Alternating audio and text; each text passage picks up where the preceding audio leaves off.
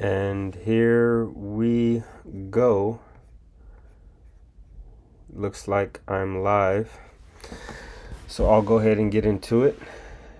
The YouTube live seems to be a bit behind my OBS studio, which I'm using to stream. So I'm going to just focus on the OBS studio to make it a bit less awkward. Okay, so this is the official first episode of Hitting the Headlines with yours truly, Ish from The World in Review.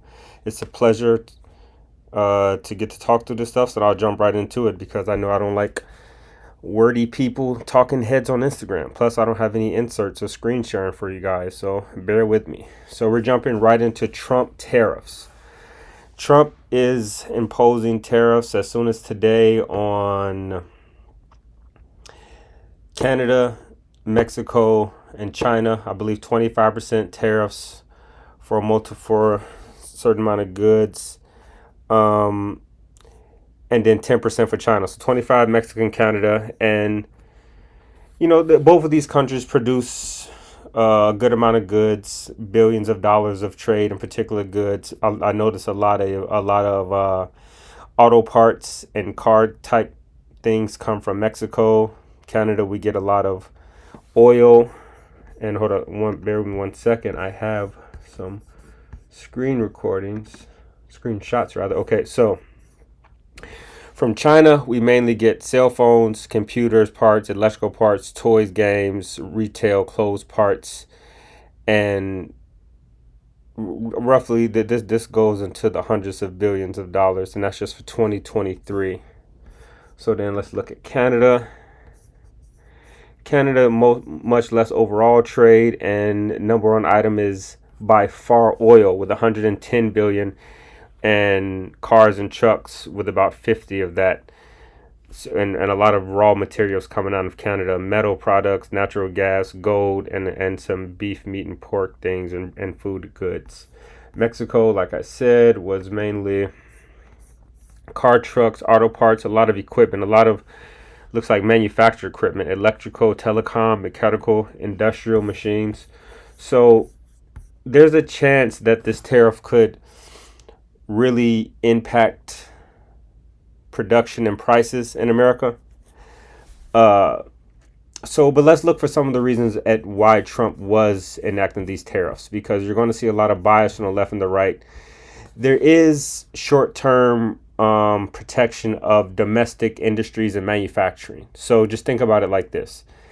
If you're making international prices go up, now if your price stays the same, your price is more competitive to the consumer. They're going to buy your product over the now more expensive foreign product. So that's how tariffs roughly would increase revenue for domestic production. It also is a form of raising revenue for the federal government. So when the government put tariffs on stuff, that's money on the top that just goes to the government based on the fact that you're importing something to the U.S. industries, or you're selling something on U.S. soil, U.S. jurisdiction. So they can tell you what you need to do to sell that on U.S. territory. But it's interesting that money goes directly to the U.S. Treasury, to the federal government's pocket, even though they're taking that money out of the pocket of the consumer, who would have to pay less for those foreign goods if the government didn't raise the price. So very clearly, we're seeing one of the biggest pros to this is short-term protection for domestic manufacturing. And while I say short-term protection, is because once you get into long-term tariffs, then you kind of get into some deficiencies in the market, and you may actually increase in inflation. So, and Trump's tariffs, of course, as you can see, is a very nuanced and complicated topic. But I think America is uniquely situated to issue tariffs, is because they may not be subjected to the same kind of retaliatory tariffs because the U.S. main exports are weapons, finance, and technology. And these kind of items are particularly unique, meaning that if you can't buy blue shoes from country A, you can buy them from country B, or you can produce them. However, things like technology, modern weaponry, and financial liquidity and structure, those things tend to have a higher barrier of entry. So I say that to say that U.S. may not be on the backlash of receiving trade tariffs while they are implementing them against other countries. I talked a bit about higher prices for the consumers. That's a huge negative. That's a huge negative because that's one of the things that will also go against Trump's policy. If you're trying to increase American manufacturing and business, that's good. However, if you're doing that at the cost of American pocketbooks, then you're looking at a net even, if not a negative. So let's keep that in mind. Economic growth. We already talked about the short-term economic benefits of tariffs, mainly in domestic manufacturing. Long-term risks, according to this quick research I did, says the inefficiencies created by tariffs and can harm economic growth, reduce productivity, and add higher level of inflation. Okay. Now, a lot of people, so being in America, we're not the oldest country in the world, but we do have some kind of history of how tariffs have impacted us in the past. There's evidence to say that the Smoot-Hawley tariff during the Great Depression around the 1930s greatly exacerbated that economic crisis and economic hardship. Post-World War II era, going from the 1950s all the way to 1990s, was an area of very controlled and low tariff fees and relatively high free trade. And this is, I think, one of the eras of human productivity and exponential growth in industry and technology that we've probably ever seen. During this time, we put a man on the moon. Think about from 1950 to 1994, basically, things have, I don't want to say have started to slow down, but that was a lot was covered during that time, and a lot of global advancement was done during that time. Other research reports that Trump's 2018 tariffs exacerbated U.S. trade imbalances. Although trade deficits and surplus are nuanced topics that need more intricate understanding to really, in context, to understand when they're really good or bad. Let's see.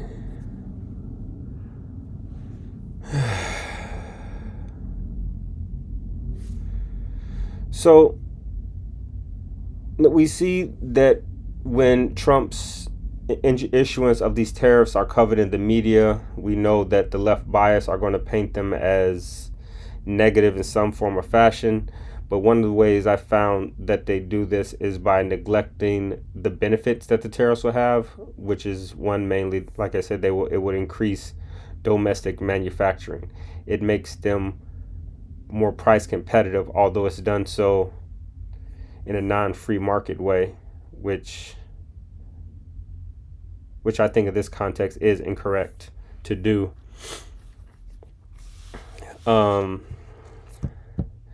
Now, his motivating politics behind doing that is, like I said, domestic manufacturing, the rhetoric around trade imbalance and fairness, although all of that tends to work out if a free market system is allowed to flourish. But here we get into, I think, the real reasons that the tariffs are kind of hitting home: nationalism and economic patriotism, ideological commitment to protectionism, skepticism of free trade is an anti-Republican opinion historically, and has sought to kind of configure free trade in such a way that puts Americans on top. But free trade, I think, does not operate that way. It's kind of, you have what is needed to allow free trade to flourish, or you mess with it and you don't have free trade.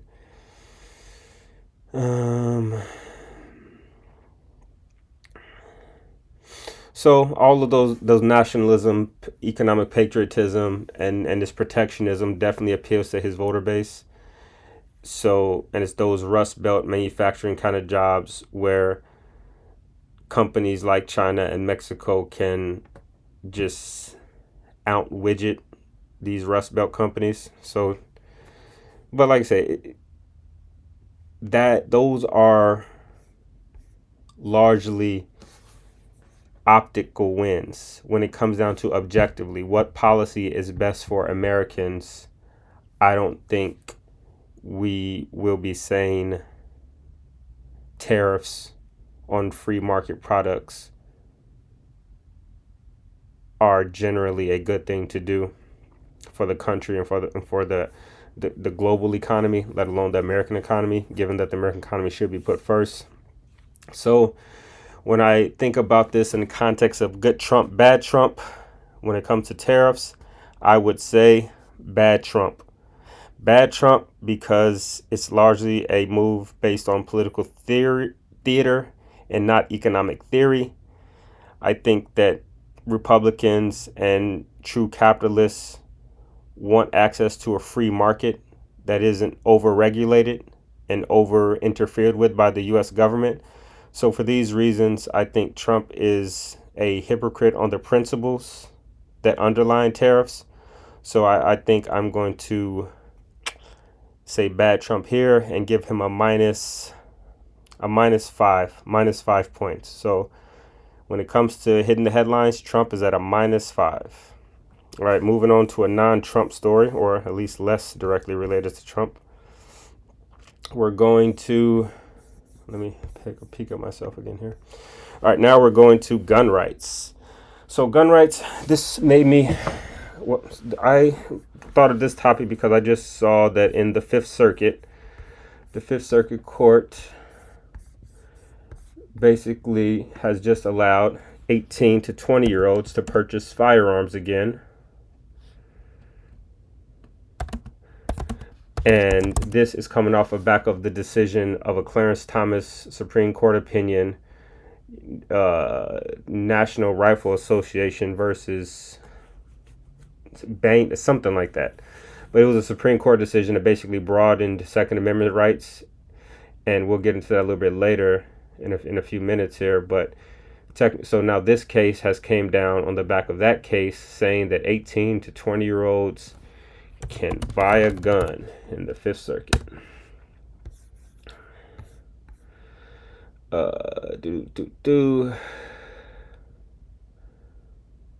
Now the Fifth Circuit. So this ruling has just came down. I'm not sure what other states have age restrictions on buying a gun, but in the Fifth Circuit, it was a federal law banning handguns. Those in the Fifth Circuit. Quick perusing the CNN article here. The new ruling from the Fifth Circuit U.S. Court of Appeals pointed to the decision in Bruin is the name of the Supreme Court case, where they decided that people don't need a purpose. Now, what was the exact language? People don't need. This is the way my lives are going to be. I jump around, kid. I jump around. People don't need a proper purpose. Or this is a quote from the Supreme Court case in Bruin, New York State Rifle and Pistol Association versus Bruin, which I'm assuming is some kind of elected official in charge of state law, something like that. Probably not state law because this is a federal case. We'll see. It doesn't matter. Okay, so in Bruin, Justice Thomas said, "We hold that the Second and 14th Amendments protect an individual's right to carry a handgun for self-defense outside the home. We therefore affirm the judgment of the Court of Appeals, which held that New York's requirement that applicants show proper cause to obtain an open carry license for public carry of handgun is unconstitutional." In and stated in other words, stated in other words, you don't have to prove why you need a handgun. The government doesn't get to tell you, hey, what reason do you want a handgun? And then they get to decide if it's proper. They don't get to do that. A person gets to right to carry a handgun for self-defense outside of the home. So I'm not exactly sure how this has affected the law on the ground in New York, and is definitely worth further follow-up. But yeah, so that's the Bruen case. So now I wanted to take a look at, let's talk about the gun debate more broadly here. The gun debate more broadly. So the left perspective on gun rights is basically about gun control. Easy access to guns makes every public place more unsafe than safe. So basically, you can kind of see the rationale there and the logic there. They're basically saying, if more people have guns, you're going to have more. If you have easy access to guns, then just by sheer likelihood, probability, when you add in all the bad eggs, all the mental illness, all the accidents, sheer more access to guns is going to lead to more gun violence, just mathematically speaking. And I think that's a very strong position from the left. And also, I think the left's maybe even stronger argument than that is the actual interpretation of the Second Amendment. Excuse me. If you look at the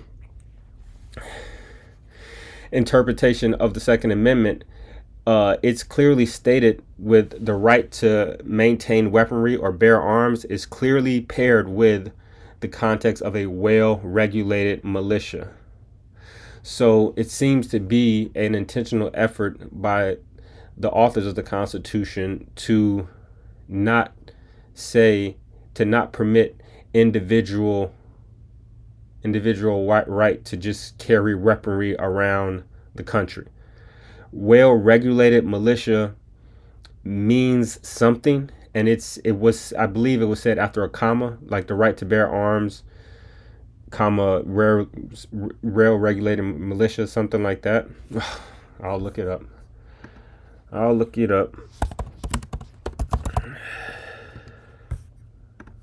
Let's see. It starts with a well-regulated militia. So this is the exact wording. A well-regulated militia, comma, being necessary to the security of a free state, comma, the right of a people to keep and bear arms, comma, shall not be infringed. So that's one whole statement with commas. Commas normally don't lead into other thoughts. When everything is separated by a comma, I'm not the best grammar guy, even though I'm a lawyer. I went to law school. I'm not the best grammar guy. But I know commas are not complete thoughts or are actually modifying what's in that sentence. And a well-regulated militia, comma being, so you have each concept for commas. You have well-regulated militia, necessary to secure a free state. So well-regulated militia, necessary to, these are conditions. Well-regulated militia, necessary being necessary. So it's telling you why you need a well-regulated militia. A well-regulated militia being necessary to the security of a free state, the right of the people to keep and bear arms shall not be infringed. So looking at that text, a well-regulated militia is in there, but now reading it through, it kind of seems like the rights interpretation, or people like Clarence Thomas and what's the other heavyweight originalist kind of guy, Scalia is basically saying all of that seems like context to the main sentence of the main purpose of the sentence. The right of the people to keep and bear arms shall not be infringed. So, in other words, they're saying this Constitution is saying a well-regulated militia is necessary to maintain the security of a free state. For that reason, we're allowing people to keep and bear arms, and that shall not be infringed. So they're not saying that people need to be in a well-regulated militia to keep and bear arms, but a well-regulated militia is necessary to a free state. So we have to give the people the option to arm their well-regulated militias to keep a security of a free state.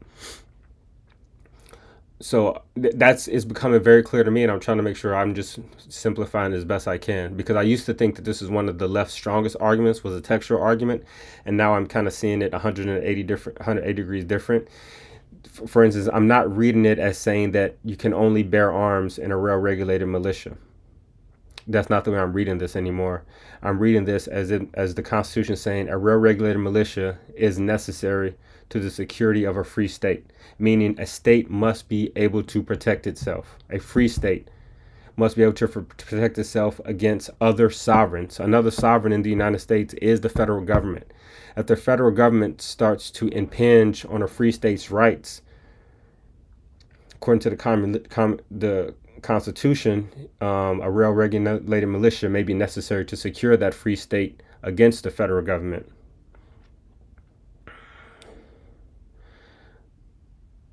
I'm sure that I'm sure there are much more court opinions about this early in American history than later, and I would be curious to see if that statement is actually accurate. But that's how I'm reading it, to say that if the rights of your free state, the rights of your free states can be protected by a well militia. Anyway, I'm getting off topic a little bit, but it's clear to me now that the Second Amendment is giving people the right to maintain weaponry, blanket, carte blanche, in a carte blanche manner. And they're giving the people that right to bear arms so that they can form well-regulated militias. It doesn't make sense, just practically speaking, if states had to maintain a standing army in order to make this provision make sense. It makes sense that people can have weapons, and at a moment's notice, the reason they have those weapons is that a well-regulated militia is necessary to protect their free state. So at a moment's notice, they need to be able to produce a well-regulated militia to secure their state. And if all the citizens don't already have guns, or don't already have the right to have guns, that kind of makes the previous sections of the statement of the Second Amendment sentence there a little bit unnecessary. So a bit of a breakthrough for me. I'm sorry. Thank you guys for helping me talk through it and kind of understand it a bit more. Now, and of course, the rights position is easy access to guns protects from criminals who won't even seek permission to buy the gun.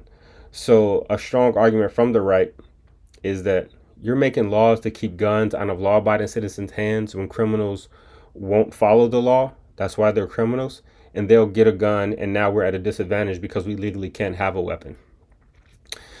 I think that's a very strong argument, again, rationally and logically, just how the left didn't want more guns just because mathematically more gun violence will occur. This makes sense because you're not going to get rid of all the bad people, and if you have a family, you want to be able to protect them. So easy access to guns protect from criminals who won't get them legally, who will get them illegally if they have to, and provides protection against tyranny, like we were just talking about, if not only in our imagination. So that's what a little note I put, that how well of a regulated militia can we even field if someone like China or foreign government wanted to come take a state? Now, as we're seeing in other urban combat scenarios, particularly in the Middle East, we're seeing how asymmetrical warfare can put the military might on a much more equal playing field than one would have thought. And that may work well for American cities, but American countrysides, the question still being, with the kind of weapons that we can buy, can we beat someone who really wanted to come take our freedom? We can probably beat the other town over. If town A wanted to come take over town B, probably a fair fight, given all constants being equal, um, all variables being equal, whatever. But so yeah, so gun rights are coming back. 18 to 20-year-olds will be able to purchase guns again. Um, Overall, I'm gonna put this in the bucket of headlines that probably don't matter as much as others. It's important though, and I think it is truly important and will affect a lot in this world. So maybe I'll take that back. It is probably definitely anytime a massive law change like that happens, I think it's important. And yeah, so we talked a little bit about that Fifth Circuit case. So wait, I'm going to tell everyone who's watching where an 18-year-old can now buy a handgun constitutionally.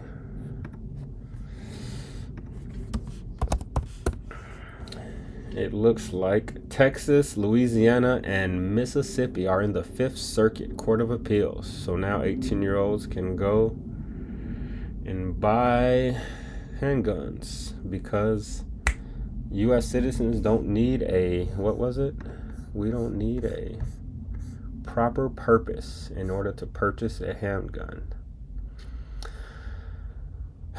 In that case, Bruin, we already talked about the proper purpose. Also, the court analyzed historical understandings of the right to bear arms and held that New York's law departed from that history. That's also something that courts do, is look at historically how has an issue been legislated or treated to see how they're going to treat it, or if they're going to make it like government province now. The court emphasized that the Second Amendment protects individuals' right to carry a firearm for self-defense outside of the home. So handguns or firearms are not just for your home. They're for outside of the home. You don't have to go from becoming protected against gun threats to unprotected against gun threats when you leave your home. I'm sure many find comfort in that. Let's see last thing I got on this topic. Excuse me. Is yes, we have more shootings than any other country, but are those other countries really living?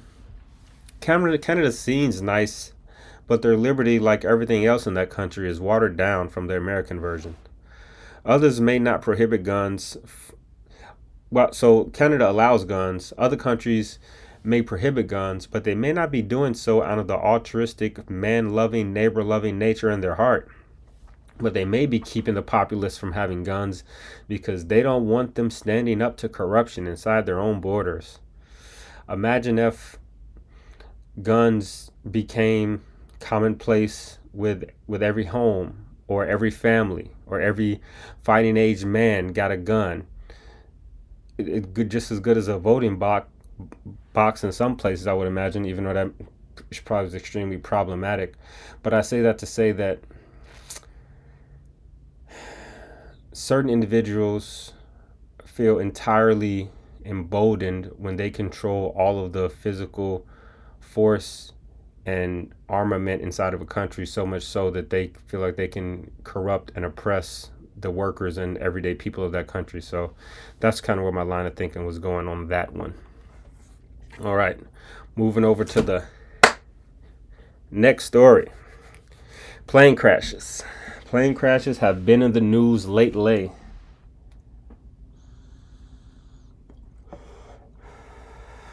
So, plane crashes and plane rides have been a somewhat personal story for me. Thankfully, I've never been involved in any plane accidents or had a family member who was involved in any plane accidents. But nonetheless, after around 2018, after I'd been on multiple international flights to London, Turkey, Spain, and flying across country to get back to DC and different job interviews, after 2018, I did not take another plane ride until, when was it? It was until this past January, a few weeks ago. So after around 8 years, I flew on a plane again, went over to the Holy Land for Muslims, Medina Al Munawwara, and Mecca Al Mukarramah. For One Piece fans, no, I'm not talking about Marie Joie. Marie Joie? Anyway. So I took a flight for the first time in 8 years. Extremely smooth flights. I believe there were Boeings. One of them might have been an Airbus, but all operated by Turkish Airlines. Phenomenal airline. Food, they still carry an air of class and customer service, which is rare to find here in America. Because we pay our employees so little to keep profits so high that employees don't care. You can't pay them to care. You can pay them to be there and do what computers can't.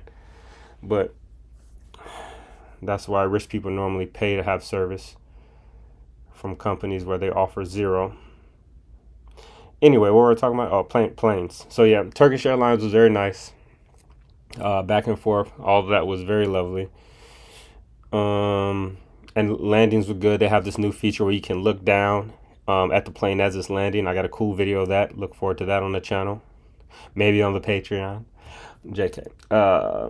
So that's kind of my personal history with it.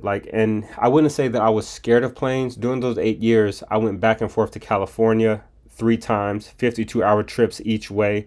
So I've spent, almost 500 hours on Amtrak, or probably more close to, 1,000 hours on Amtrak trains, just going about.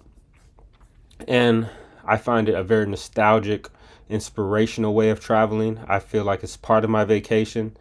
However, after some of those 52 hours on a coach seat, with someone that has to be next to you, it can get a bit inconvenient. And Amtrak, like I was just talking about with the employees, it's a great company, but they've fallen pretty far, I think. They keep the trains with as least amenities as possible, probably so they can have less fuel and make more money at the expense of customer comfort. They also have whole train cars empty instead of casually letting people know that they can move, or adjusting seats as seats become available and letting people know that they don't have to sit right next to each other. There are other seats available and no one else is expected to sit in those seats.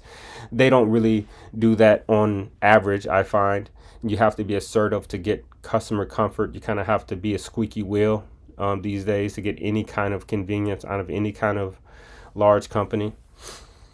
So that's kind of my personal background, plane crash. It is sad to see these 2 plane crashes. I'm thinking about the one in DC over the Potomac and the one in Philadelphia. Both, I think, might involve helicopters in some form or fashion. But one of the hardest things that I had to get through when I was flying is just that, not the fact that, statistically speaking, it's extremely safe. Like planes, take off and land like this, faster than I can even fathom and imagine in total. So I just find that human error is extremely resilient. And when it comes to something like just design on those Boeings that made them just tilt down, or 2 aircrafts hitting each other or almost hitting each other, just the amount of human error, the amount of place for human error between taking off and landing is so high that it's very anxiety inducing for me. But I don't say that I'm scared of flying. I will fly if I need to at any point, because I try to carry myself through this life and existence not being scared of anything but the Creator. So that's my perspective on fear and actual describing it that way. But I would just prefer not to fly if there's an option not to fly. And just kind of a thought that I have written down here about human error is resilient, but AI error is unconfirmed and hard to predict. So AI error may be infrequent, but it's so chilling and haunting that you don't know where it's coming from. And you can't confirm that it won't happen. If you put a person in a seat and you can say, hey, press that button, you can feel pretty, I'm not sure that's the best example, but, and even like I said, with human error, that guy can forget to press the button. But if you make a program that launches a pen or something to press a button, or to switch it digitally, and that's based on like an algorithm, and that algorithm was trained on data set training that you don't really comprehend or understand. Will you feel confident that that button is going to is that the digital switch, that the AI is going to hit that button every time? Now, I would trust this if the conditions under which the button is hit is always the same, but like we see with on-car AI driving, smallest change in training set to an infinite amount of variables in the real world can spell disaster for AI training and predictability. So, just a thought on that. In total, I have faith, like with most things, that with like these failures in aviation and this and that, that we're going to learn from them, and inshallah, God willing, give us further insights on how we can be safer and provide greater aviation safety. Um, Flying is scary to like. Going back into flying is scary to me. Flying is scary to me and likely to others because it presents death in a very unflinching way and with violent and dramatic means. When you're flying through the air, you're completely helpless to wind, mechanical failure, hijackers, whatever you want to say. You're completely you're completely helpless to some extent. You know, of course, you can try to land the plane, but when you're a passenger in a seat and you don't know how to fly, you're relatively helpless. You know, you can't jump out the car and try to roll to safety. So flying is scary because it presents death in a very have a person in this world been waking up to the thought of like a plane crash and just like, oh, I'm glad that wasn't real. Alhamdulillah. Okay. Last topic I have here before we get into the speed round is ICE raids. The story and topic of ICE raids is something that I think the human element needs to be acknowledged before it's discussed on like podcasts or on like headline shows like this. The heavy human element of people being removed from their loved ones, period. We can get into explanations, we can get into this and that, but most of the time these explanations are not going to be, oh, this person murdered someone, or this person committed this heinous crime. So then the expectation of empathy for them being removed from their families is lessened. But most of the times it's, hey, you entered this country illegally, you've been working like, you know, your butt off for the last 4 years, working how many hour weeks in the sun doing manual labor, but now you're all the money you saved, all the things you thought you were building up is going to get turned on its head, and you're coming with us indefinitely. Yeah, so that's the human element that needs to be acknowledged in these ICE raids. Um, yeah, but and when I try to think about the other side, I just the nuance and kind of side switching of this issue, because Democrats used to be anti-immigration because they were pro-unions and labor, and surplus labor has an inverse relationship on wages. So if more people come here to work, we're going to have to pay less for workers generally, whether they're from here or from abroad. Um, so to the weight, who wants to do those jobs anyway? And then isn't access labor advantageous to Republicans who want to be pro-entrepreneurial, pro-free market? Now you have excess labor. The entrepreneurial mind, the capitalist mind, should be trying to see how to use his capital with their labor, with more affordable labor, to build, you know, products and services that are increasing GDP and growing the world economy for everyone. That's the Republican side, but Republicans now are anti-immigration. Um, And also built into the first story, the terror story was this issue of fentanyl, and it's also very deep in this story here of the ICE raids and immigration is fentanyl, illegal immigration, and those. I don't think it's healthy to mix those kind of issues, or the fentanyl issue, with tariffs and immigration, because sure there might be some spillover, but to stop fentanyl smuggling, yes, tighter borders will help, but go after that issue specifically and hard, and you might get some results. I don't know. Anyway, so ICE rates. My main talking point about that one is it's hard for me to have very hot takes and explosive takes because the human element is so real and visceral that I want to be conscious of how what I say on that issue may affect people. And that's a good transition to the fast takes, hot takes, or rapid fire stories. And speaking of not offending people, C Kid, who's been everywhere, shorts and everything, saying that he doesn't think the H man was that bad of a guy. He was kind of a go to get a beer with guy minus this or that. And what I think is completely objectionable and immoral about Bryce Mitchell's stance is that Hitler murdered innocent women and children. Like, if you ever think someone who leads a movement that murders innocent women and children is okay in any way, you've gone too far, man. You've gone too far. I know you may have an enemy in mind that you think is objectively doing something here that was done elsewhere, but that doesn't justify extreme responses. Don't hate your enemy so much that they don't make you human anymore. That's my only advice to Bryce Mitchell, man. Like, don't lose your humanity trying to be courageous, because then you just become the tyrant that you hate. And if you really want to embrace hate, I don't think that's a good life or leads to a good end. The next quick fire, rapid fire topic that I have here is white people saying the N word.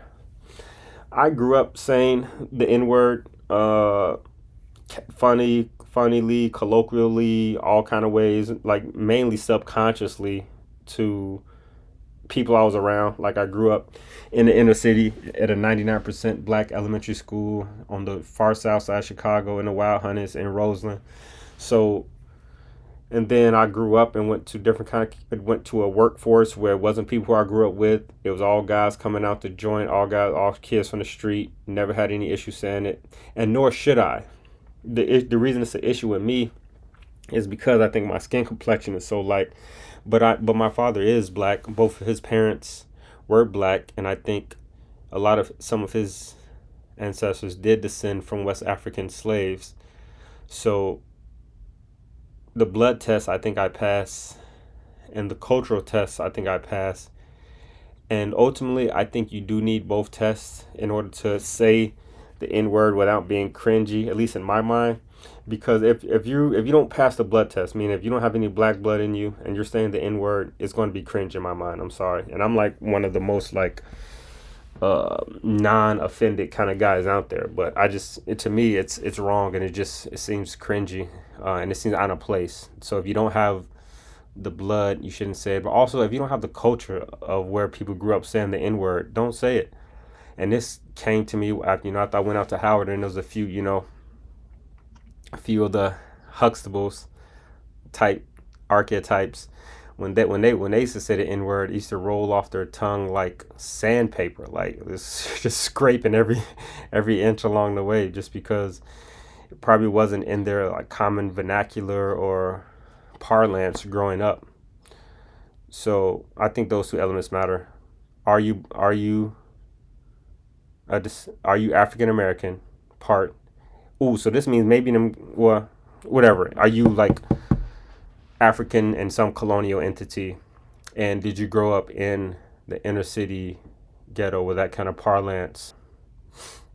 Not saying that culture is right, because I definitely will not stick up for that culture. I'm just talking about the usage of the N word in those kind of cultural settings, I guess. Trying to defend the indefensible, I guess. Last two stories. This was interesting. So we got the Super Bowl coming up. $8 million for a 30-second ad. Let's see. Let's read a little bit about this story. This is kind of interesting. Fox has cracked the $8 million mark for a 30-second ad, selling at least 10 spots at that level ahead of the February 9th game. So less than 7 days, we're watching some Super Bowl. What else we got here?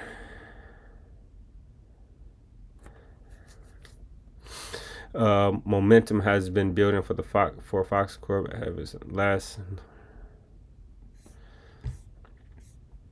So it'd be interesting to see what all companies are. Because think about it, Kanye showed the model last year for the Super Bowl. Each year's record, even that's not what Kanye paid.